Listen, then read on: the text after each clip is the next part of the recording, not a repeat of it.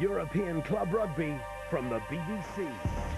Yes, it's perfect. Live second half coverage of the two top clashes from round 6. A score and a half. Starting with Stade Francais versus Swansea. Magnificent by Errol Thomas. And then Leicester versus Glasgow. That's an excellent score. Second half action of Stade Francais versus Swansea and Leicester versus Glasgow in the European Cup. Saturday from 10 to 3, live on Grandstand. Getting results for the consumer watchdog with signing and subtitles in a few minutes. A late look at the weather first on BBC One with Sarah Wilmshurst.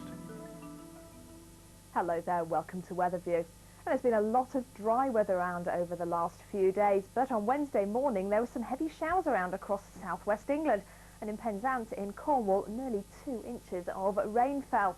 Now, there are still some flood watches in force on rivers across England and Wales. 4 of those are in the southwest.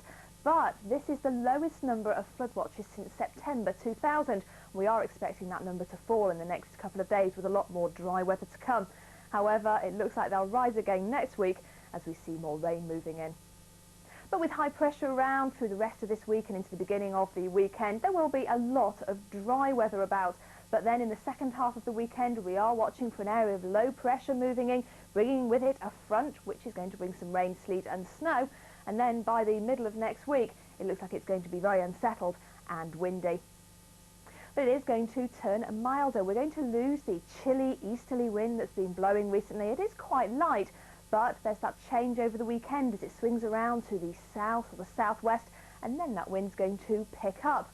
But it is going to bring in the milder weather. We're likely to have some frosts over the next few nights, widespread frost in fact. But by the end of the weekend and into the beginning of next week, there goes the blues. That means that it'll be frost-free. Temperatures generally no lower than around 2 or 3 degrees.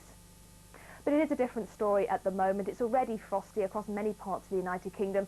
By the end of the night, we'll see lows of around -5 or -6, and even as low as -12 in some sheltered parts of Scotland. But towards the northeast coast and indeed down towards the southwest, it should be frost-free.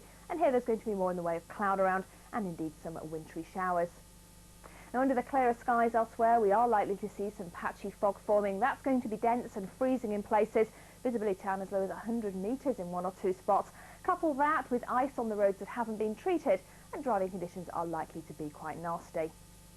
And any fog that forms is likely to be very slow to clear through Thursday. It could linger all day in some spots. Generally there'll be a lot of dry weather around, but there's going to be an increasing risk of some wintry showers across eastern Scotland and northeast England. The south coast will always be threatened by 1 or 2 flurries too.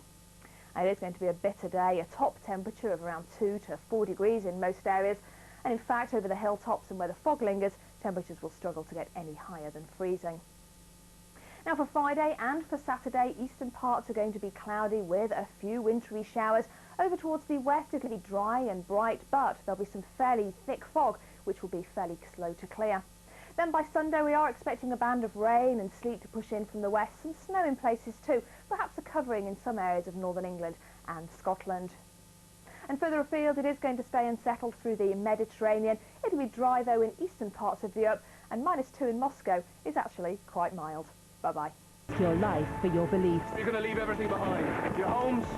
Technology and delicious dinners. Dream Lives gives a Leeds school a helping hand in half an hour.